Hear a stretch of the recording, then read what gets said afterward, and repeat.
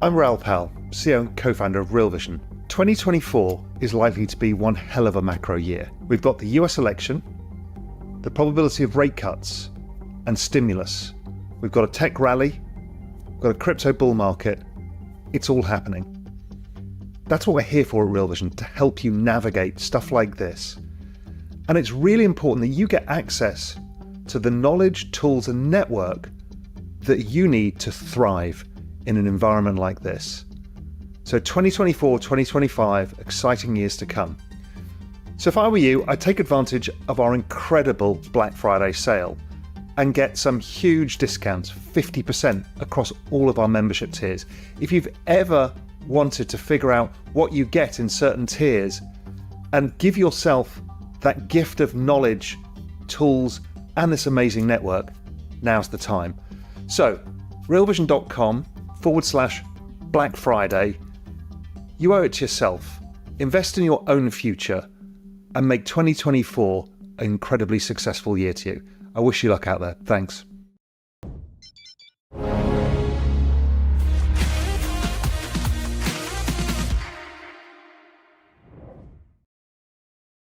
Inflation is down, but does that mean it's contained? Hi, everyone. Welcome to the Real Vision Daily Briefing. With me today is Mish Schneider, Chief Strategist at MarketGauge.com. Hi, Mish. It's great to see you. Always so much fun to be here, Maggie. Thanks for having me on. So we have had so much going on in the market since you were last with us. I know you were traveling all over the place. But today, if we look at the action, we had another rally in stocks. They've been on a tear all month. NASDAQ leading the way up over 1%, 1.25%. Treasury yields backed up, but just a little bit. That 10-year still well off its peak, and the dollar hit a 2-month low.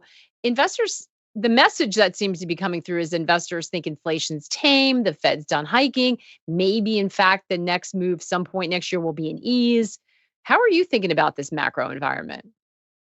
Well, I have not for 1 second stopped believing that we are ripe for a potential hyperinflation move. And it's always a matter of where is it going to come from.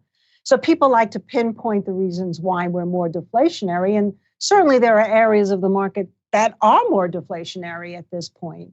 But really, if you look back and step back, we see many, many areas and pockets that are still extremely rich, particularly in the grains and some of the soft commodities.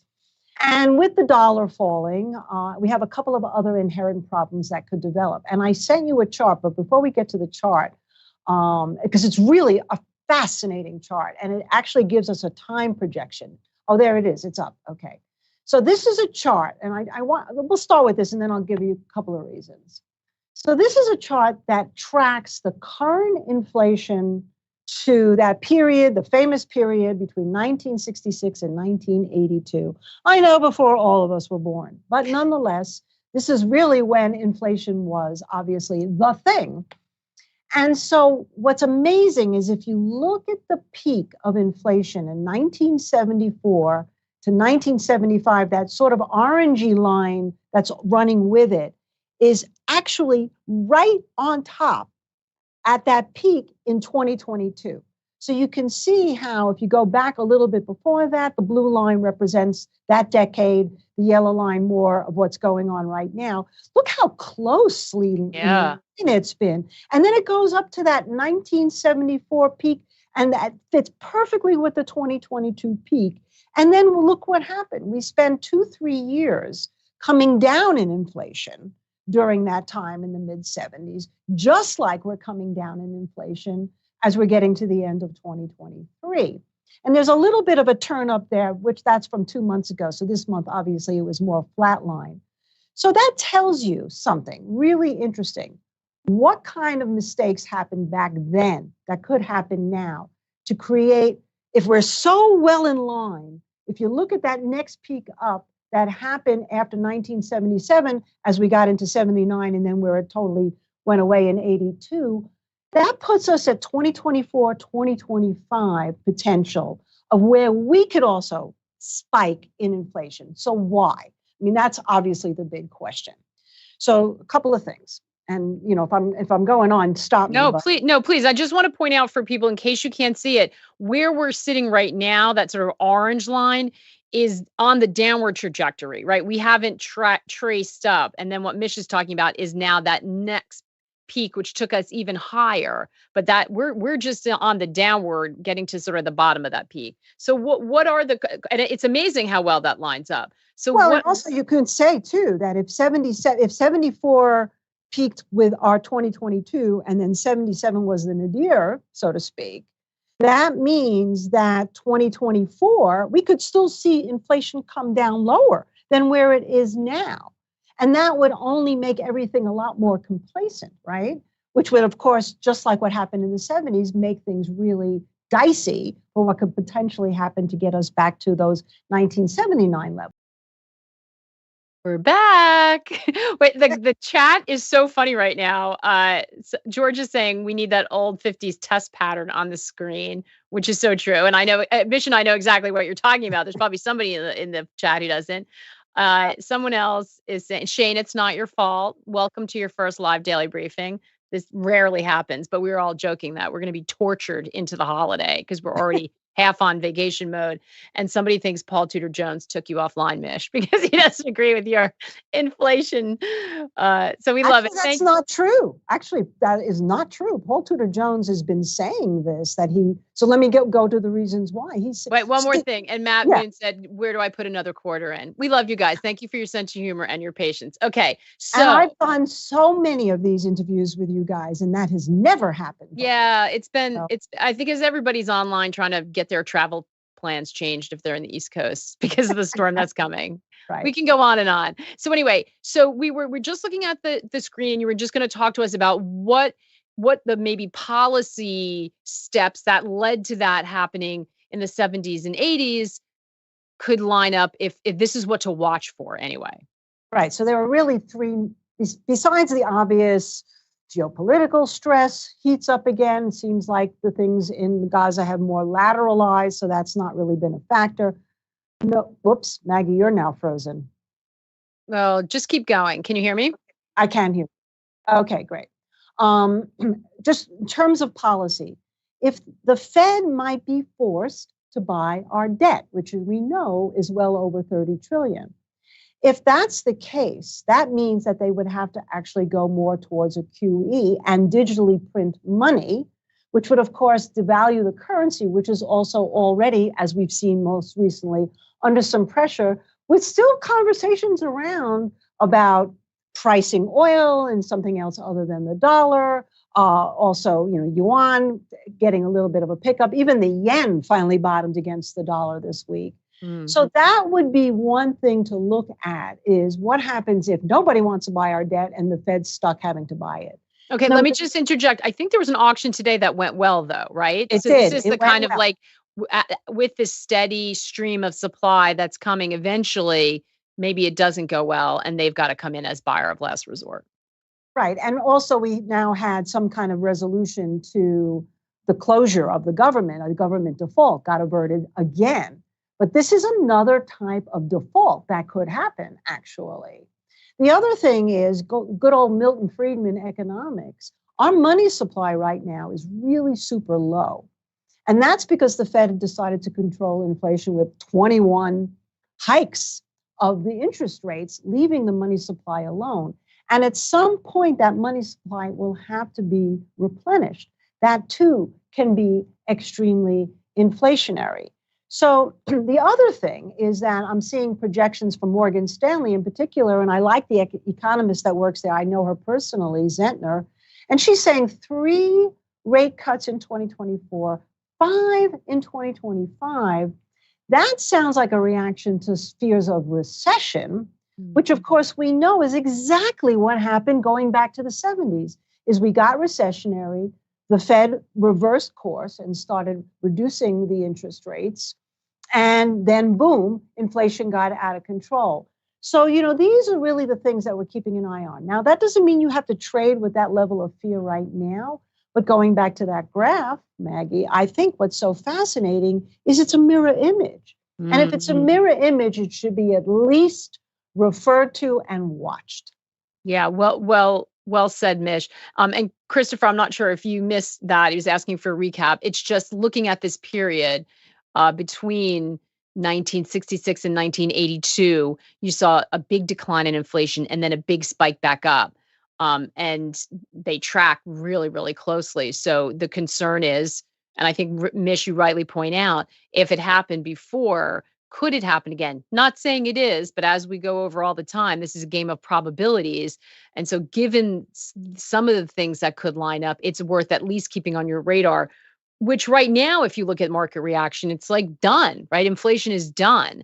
And so that's going to be where, perhaps where the tension is, but that's a longer term story. So curious, given that, how you're thinking about commodities right now, because we've seen, and that's a big grouping, so we can split it up into energy, certainly, and food. Do you see the potential for that to turn around, or what's happening? Give us short term and then kind of medium, long term, how you're thinking about the commodity space. Okay, well, there's many different categories of commodities. So, and we've talked about this now on this show for 2 years, that I'm still thinking that food commodities are not necessarily rolling over. Maybe some are, but some aren't. And of course, we always have to start with my probably rock star famous call out in sugar with Real Vision audience. And it's still trading at close to 28 cents a pound, which was really the highs that we have seen, and not for a very, very long time. So if you think about the 70s, it was exactly what happened when sugar peaked and then it came off. And then in 79, it started going up to about 40, 45 cents a pound. If it breaks out over this 28 cents and it closed at like 27.60 in the continuous contract today, that's very hard to argue with, right? I mean, sugar is the insidious substance that's in every food, comfort food, but also really basically a staple around the world. We know that cocoa went to 1978 highs. Gee, what a coincidence. Another 1970 reference this last week. Orange juice went to new all-time highs. Why? Because of weather. And then, of course, they had some kind of a crop disease that continued to impact it. And now, all of a sudden, I'm looking at soybeans, and you have Argentina and you have Brazil having tremendous drought. In fact, Taylor Swift had to cancel her concert, right? Because it was 140 degrees. Someone died, actually. Yeah, died. Yeah. I mean, besides the fact that it's Taylor Swift and somehow she manages to get her name in any headline, in any news item, it's like not even 7 degrees of separation. It's just one. Exactly. But still, 140. I mean, think about 140 degree Fahrenheit. Yeah. I can't even fathom it. But the point is that people have dismissed weather issues. And now people are focusing, if we move on to oil, that we're actually possibly going to have a milder winter, which is why natural gas has gotten killed and go to the tank. That looks more deflationary. So it's nuanced, but commodities are nuanced. And they are volatile, and they do get 20, 25% corrections. And then when they go parabolic, just put up an OJ chart. You can see what it looks like when something goes parabolic, when it gets to that point where everybody wants in. And so that's my long-term view. And my short-term view, though, going back to soybeans, I started to mention, if you look at the January contract of soybeans, it's trading at around 1360, 1370, gets to 1380, 1400. We're not that far from highs that we saw at that peak at 2022. And this is with supposedly different fundamentals, right? Rising interest rates. So that has to make you scratch your head and go, well, if these food prices are going up even with these higher interest rates, are they anticipating lower interest rates? I don't think so. But lower interest rates would certainly only embolden them, considering their really high price at these levels. All right. So we have to watch that space. So it sounds like do we chase them from here, or you just want to kind of watch? I don't think it's a chase. I think they're basing out. I mean, I think trading something like NVIDIA might be more of a chase over $500. But at commodities, you have to remember, these are not corporate shares. These are actual raw materials. I read today that going through the Panama Canal, some ship paid, I don't know, some ridiculous price to get through because they've had problems getting ships through. There are still problems. The flotation, the vessels that are out at sea that are actually holding crude oil, they're down to 2 3/4 year lows. So, it depends on what fundamental you want to look at. So with commodities, If you start to get moves over 28 cents or over 1,400 in soybeans, or if you look at gold over 2,000, I know I've been talking about gold forever, but it hasn't really gone anywhere. It's kind of like in wait and see mode. And now actually miners have done a little better. If you take a look at some of these basic commodities that could spell trouble, they're not overpriced compared to NASDAQ, which looks a lot more overpriced. That doesn't mean it can't get more and more overpriced, but still, I still think the ratio between equities and commodities favors commodities. That's a really, really good point. So that was my next one. Can you, if you're bullish commodities, does that mean you are bearish tech, or can you think that there are gains? Because it feels like tech is the rally that people just hate on because there's been so much concern about it being overvalued, and yet it continues to lead. We saw today the Nasdaq leading the market. We know Microsoft was one of the big leaders today. Of course, there's news around Sam Altman and OpenAI and all the drama that's happening there. But this sort of, money flowing into AI seems sort of unstoppable right now. How are you thinking about the Nasdaq? Do you look at it as a whole sector, or are you cherry picking around within that? Well, our quant models, and thank God for them, because they're mathematical and they're not going to get scared like we humans do when we see lofty prices that can't go higher when they can. They've all been long NVIDIA and Meta and Google and Adobe and semiconductors, and actually, reached some targets lately. So the pure math is telling you that is in a trajectory to continue to go forward. And in terms of inflation, these companies that we're talking about have already proved pricing power, number one. And number two is AI. Nobody really knows yet what the value of it is. We do know, though, it's going to control our lives. And obviously, that's what we're seeing with companies like Microsoft. So when I'm going to look at where inflation might impact, you have to look at the more inside sectors of the economy, Maggie. You have to look at the retail. You have to look at the small caps. You have to look at transportation. Now, they have all rallied from the lows that we saw in this October, but they are nothing compared to what's happening in NASDAQ. So let's take small caps and retail. I love those two in particular, Granny and Grandpa. IWM right now went from 160. It struggled today to get back over 180. The high in July was 200. So we're still in the middle of the range there. Mm-hmm. If you look at the retail sector, that was the one reason why I knew the market wasn't going to crash more in October, is that held such an important level at 57. If we look at XRT, which was an 80-month moving average, which it had broke, I would have started thinking recession, but held.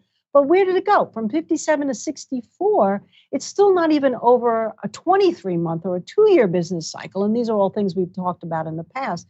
So that's where you're seeing the impact, and where you will continue to see the impact if any of these things come to pass. Food takes another leg up, something happens with oil, although right now we're more range bound there, or anything that can happen in terms of what we talked about with Fed making a misstep from a monetary policy. Those are the areas that are going to be impacted more than NASDAQ for sure. That doesn't mean NASDAQ wouldn't get impacted, but this is all speculative at this point. That's why NASDAQ keeps flying, but the others are kind of like going, okay, we're going up. But there's still some problems here with the economy. Labor, which was supreme. You have jobless claims going up. You've had some slower numbers, housing issues. I mean, the market is confused here, and inflation will be the thing that will clarify it. Yeah, small caps can continue to fly, in which case, new highs all around, or inflation's not necessarily away, and we'll start to see the small caps go back down. And that, of course, will create profit taking in the large caps as well. Mm. So do you, because a lot of people were talking about the fact that, when you saw that big move November 1st and what's been happening since then, it's broadening out. It's looking a lot healthier. You had some big moves in all these different sectors. Are you going to need to continue? Should we continue to look at the Russell and something like retail for confirmation that this can continue into year end? Absolutely. Yes. I mean, that is where my eyes are. Every time I see NASDAQ make a new high, or NVIDIA today getting up to 504, my eyes immediately go to IWM. They immediately go to XRT. What are they doing? What are they telling us? And I didn't make this up. I may have made up the economic minor family, but it was Stanley Druckenmiller who called these the inside sectors of the U.S. economy because they are. I mean, that's really where you're going to get the best picture. Rick asking, 10s seem to be drawn to the 200-day moving average, 420-ish. What are your thoughts on the longer end of the curve?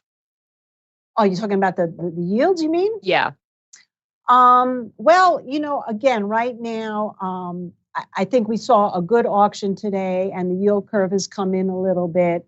I'm not really the expert in the whole bond levels as other people that are on your show are.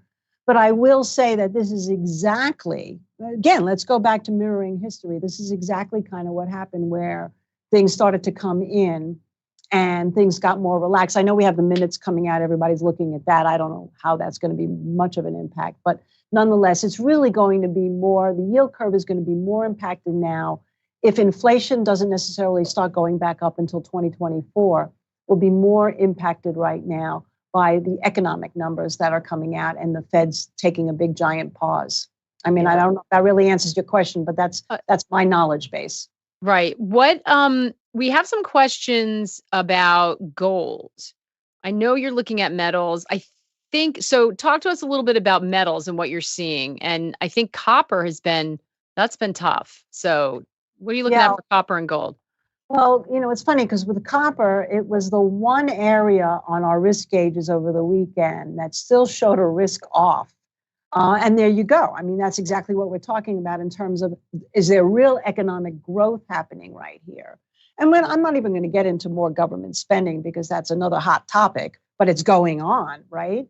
And so I think copper is really basically saying, maybe the EV move is not necessarily as prevalent as people thought, although that could certainly change because copper is a big metal for EVs. But also in terms of the housing market, it's feeling the pinch there. I wouldn't lose track of it, but yeah, not necessarily where I'd want to be a buyer, although I've been watching XME, which is the ETF for metals, industrial metals. And that's looking like over 52, 53, where it's trading right now, like it could be getting ready for another big breakout, which would drag copper along with it, I'm guessing. Gold is so interesting. I think everybody should have some position in gold. And when it dips, obviously that's a good buy opportunity. This has been when it looks terrible, buy, when it looks great, sell.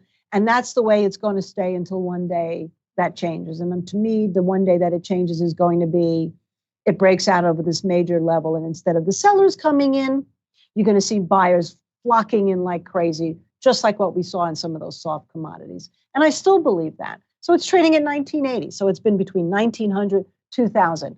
$100 level in gold is nothing really. And so I'm waiting very patiently. I like the overall chart. I think the momentum has to improve more, but I'm still waiting for a move over 2000. We've been long forever, and I don't see any reason to change that position. Nivtej and anti-fragile, those metal questions were for both of you. You had some form of a question in there. So Mish, you're kind enough to send over some picks, check in on some we've talked about before. And there's some, I think, new ones on here. We got to start with coin though.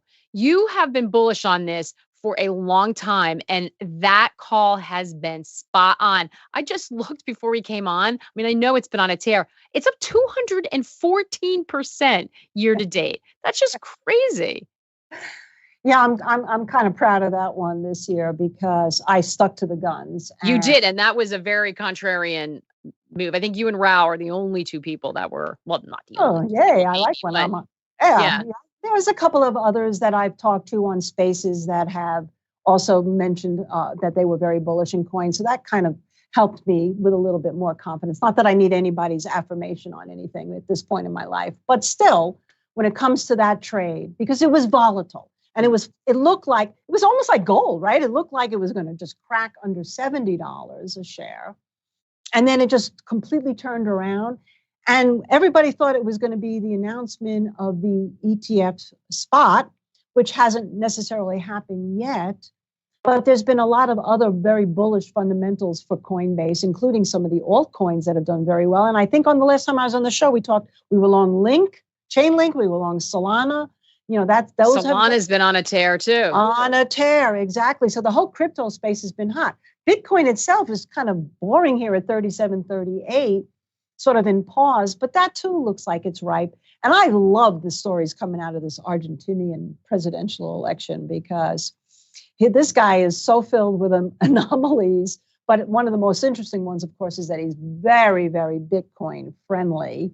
So we'll see. I think gave Coinbase a shot in the arm today too. It went up to like 105. I took a little bit of profits at 96, looking to maybe take some more profits, just a little bit higher from here, and then hold that tail and see what happens. That's fun. And so some of the crypto in general, is this sort of trading like a risk asset? Would you expect, as long as stocks are going up and there seems to be that risk on, that's going to continue to move higher? Or do you think it's sort of decoupled and trading more on its own fundamentals now? I think it started decoupling in October because that's when we had our last conversation about all of this. And that's when crypto was starting to get back up over 30,000. And we talked about 28,000 and up was a breakout. That's when we mentioned Solana and Chainlink. So there was already, and at that point, the market was going down before it flipped on November 1st. So at that point, I had this new theory, which I can briefly say here, which is regional banks and a lot of the banking sector might be experiencing a slow, long, painful death in the future, where bartering and the way we do business globally will be more through cryptocurrency. And I thought maybe we were starting to see signs of that happening. Now, KRE in the regional bank space has come up, but if you look at it relative to, say, any other aspect of the market like NASDAQ, it still looks terrible. So I think we may be seeing the decoupling coming more from that, more and more people, and particularly globally, and obviously world leaders, like we just saw with the Argentinian president, believe in the future of cryptocurrency. So I think the decoupling has started. It's just a matter of how long it takes to really see crypto up at Cathie Wood levels. Yeah. We're following that story closely, as you can imagine. So you're also looking at a couple of other interesting things. Medical stocks. You're bullish medical stocks?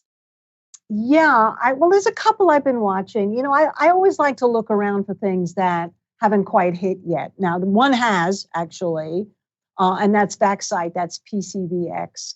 And today was red in a sea of green. So I thought that was interesting because this is exactly the kind of stock that will get my attention now, because it means that it's not necessarily following the rest of the market. And I already knew that. If you look at the chart, it's been up at around 52, 53. I believe that's the level. Just maybe make sure before I talk. Yes, it's been about 52, 53, and it backed off a little bit today. That's a very key area because it's a 6-month calendar range high, and it's the high of this whole basing that we've had. So if it takes that out, I think that's a very good looking stock. Probably can get up to somewhere between $65 and $70. And it's a good biomedical stock. The other one is an oldie but goodie. It's still very cheap. That's eHealth. Now, eHealth, the reason why I got my interest is that, health insurance costs have soared, even though the CPI numbers show that they went down, and we know that's which to talk to anyone seems insane because we're all dying under the cost of health insurance here in the States. eHealth traded at $150 a share back in the day, and it came way off, totally out of favor. But really what it is a shopping for health insurance online, and you get the best deal according to whatever parameters you put in. And that could come back into vogue as health insurance starts to get more and more expensive into 2024. It's trading at around 8 right now. I wouldn't jump in necessarily as a buy and hold, but I would certainly be interested. The longer it holds here at over 8, the more interesting it becomes to me. Of course, Marty asking about VNM, Vietnam. Vietnam. Yeah, well, I think we talked that we took some profit at 15.30 and then it crashed all the way back down to 11.50. And that was right before we left on our trip. And I thought, oh my God, this is the buy of the century. I can't believe it's actually down there. All right, maybe I missed that. And so got back in over 12. Now it's trading at like 13.20. It also came. I think this is a buy and hold to me. And I don't say that very often about anything. But I really do believe in the future of that particular ETF. Like I believed in Greece, and I had to wait a long time from $7 to $37. And I think that this is kind of following that same path. But I got a couple of others I've been watching. Spain, EWP. And again, I'm a little upset at myself. I didn't buy it at 28. Now it looks like it could take out 30. That could be interesting.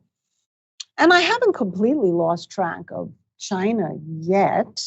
It's not at the level I want it to be, but it keeps popping back over 25, which tells me if we can get back over 28, 29, that could be interesting too.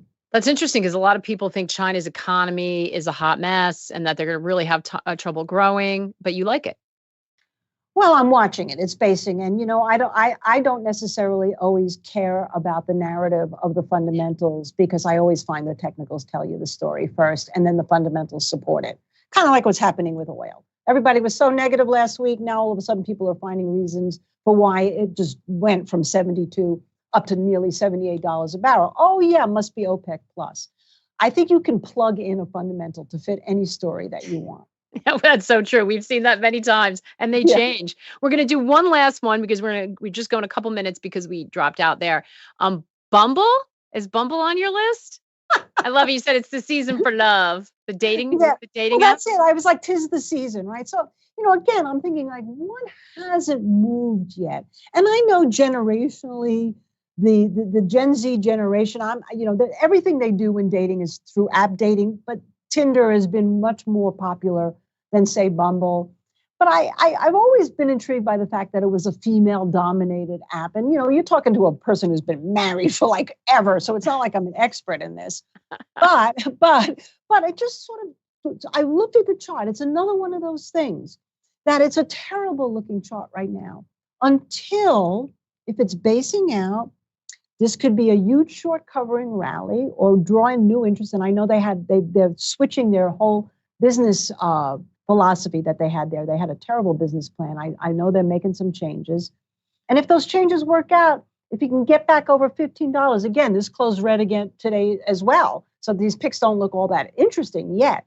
But, it's like a yet. So keep an eye on it. That's kind of what I'm saying here. And it could be that 2024 is the year of, where dating really comes back in a big way. I love it, Mish. I love that you're keeping an eye out for what might come. We already know what's happened in the past. Very few people are willing to do that, but we absolutely adore you for sharing some of your sort of forward-looking thoughts with us. Thank you so much, Maggie. It's so great to start the week with you, Mish. Thanks so much. And you all have a very, very happy Thanksgiving, and let's hope the rally continues. Everybody's in a much better mood. Much better. Exactly. We need it. We need it. We are in a holiday shortened trading week, of course. So we are back with you tomorrow. We have some other programming we're going to prepare over the holiday when the markets are closed. But even if we're not on, the Black Friday deals there's some really big Black Friday promos that we have right now for members and non-members. The link is in the description. It's probably in the chat. Brian put it, and you can find out more on the video we're about to play you. So we'll see y'all tomorrow. In the meantime, take care and good luck out there. I'm Raoul Pal, CEO and co-founder of realvision. 2024 is likely to be one hell of a macro year. We've got the US election, the probability of rate cuts, and stimulus. We've got a tech rally, we've got a crypto bull market. It's all happening. That's what we're here for at realvision, to help you navigate stuff like this. And it's really important that you get access to the knowledge, tools, and network that you need to thrive in an environment like this. So 2024, 2025, exciting years to come. So if I were you, I'd take advantage of our incredible Black Friday sale and get some huge discounts, 50% across all of our membership tiers. If you've ever wanted to figure out what you get in certain tiers and give yourself that gift of knowledge, tools, and this amazing network, now's the time. So realvision.com/Black Friday. You owe it to yourself. Invest in your own future and make 2024 an incredibly successful year to you. I wish you luck out there. Thanks.